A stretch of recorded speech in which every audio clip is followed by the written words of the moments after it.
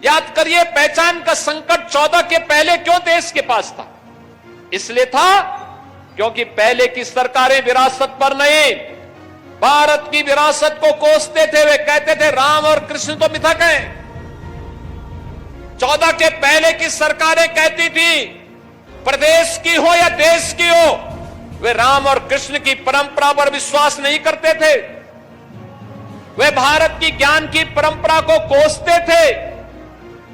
वे भारत को भारत बने रहने के लिए नहीं, बल्कि भारत की परंपरा को हर प्रकार से अपमानित करना ही अपना जन्मसिद्ध अधिकार समझ लिए थे।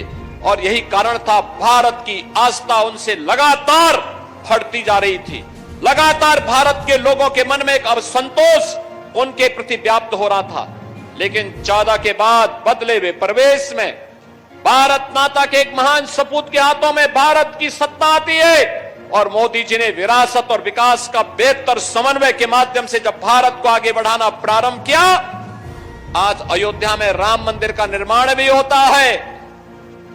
काशी में काशी विश्वनाथ का भव्य स्वरूप भी देखने को मिलता है। प्रयागराज में महाकुंभ के दर्शन देश और दुनिया को होते हैं। मथुरा और वृंदावन सज और संवर रही है। हर मठ और मंदिर में एक नई भोर सबको दिखाई दे रही है, एक नए उज्जवल भविष्य की ओर, आशा भरी निगाहों की ओर। विरासत की परंपरा हम सबको पूरे देश के अंदर नजर आ रही है। बहनों और भाइयों, अपनी उसी विरासत को आगे बढ़ाने के क्रम में भारत की ज्ञान की इस परंपरा के बारे में अगर जाना है तो हमें वेदों को देखना होगा। उपनिषद ज्ञान के अथाह भंडार है। दुनिया अभी तक जहां पहुंच नहीं पाई है, विज्ञान जहां पहुंच नहीं पाया है, वहां पर उपनिषद उनका मार्गदर्शन कर सकते हैं। कभी हम उसका अवलोकन तो करें।